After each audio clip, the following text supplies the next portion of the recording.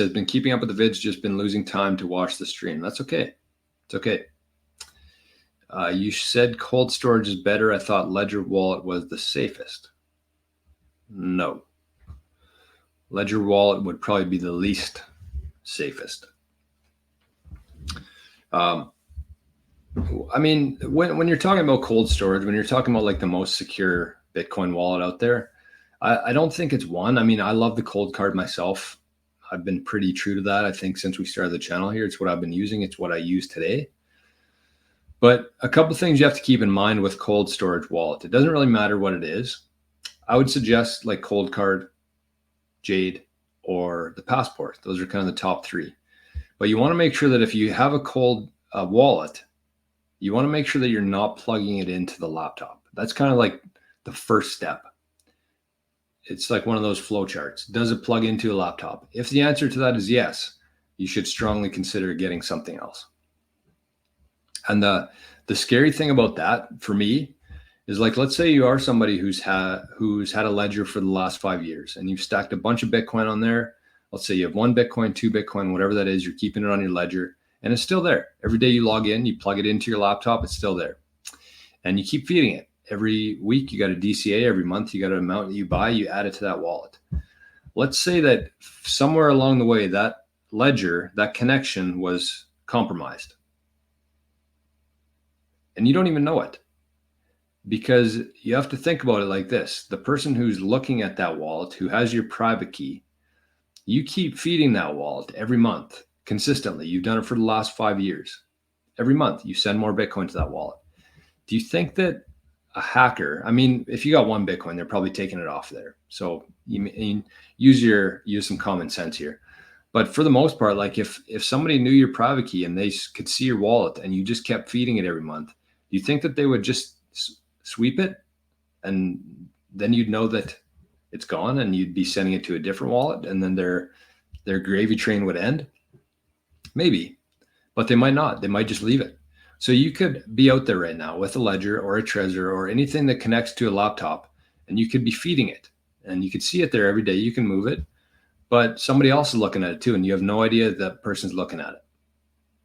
I mean, unless you're very technically skilled, which I'm not, then you might know the ins and outs of it. I don't myself. That's just kind of my gut feeling telling me that. So anyways, it's not a very expensive thing to do. You have to invest a little bit. Let's say it costs you, I would ballpark for $500 or $600 between buying a device and having somebody help you with it, or taking your own time. And you have to consider that as an investment as well. Your time's not free, but I would suggest getting somebody there that can hold your hand through it and make sure that you're not missing anything. Make sure you can send the transactions back and forth. Make sure you have the process down, and it's worth it. Like, it's kind of priceless almost. I said it was going to be $500 or $600, but it's truly priceless. To be here is one thing. To buy Bitcoin is one thing, but to actually have that Bitcoin in 50 years from now, that's a heck of a challenge. And you have to have the right foundation off the start. Otherwise, as Sailor said there, very similar, you're building it on a swamp. And it's not going to be around in 1,000 years or 50 years, never mind 1,000 years.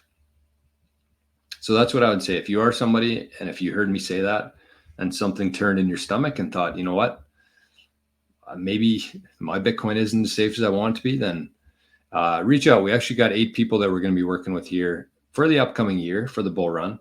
Very knowledgeable people, and they're going to be able to help you with whatever. We don't really sell any products. We don't push people into products, but you decide for yourself, and we just kind of sit there and walk you through it to make sure that everything's good. Believe it or not, when I first got into crypto, it was,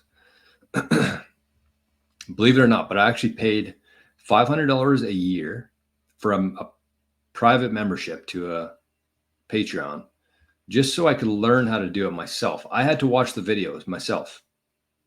I had to pay $500 US. I had to watch the videos myself. Whereas this is like a fraction of that. And you actually have another human, very trusted human, if you've been here for a while, on the other side of that. So that's what I would say. Do some research though, because it's like I said, it's priceless. It's something that you don't want to look back on 50 years from now and say, instead of spending a couple $100 and I would have had 50 million sats, my whole family's life would have changed. I procrastinated and I fucked up. You don't want to be there.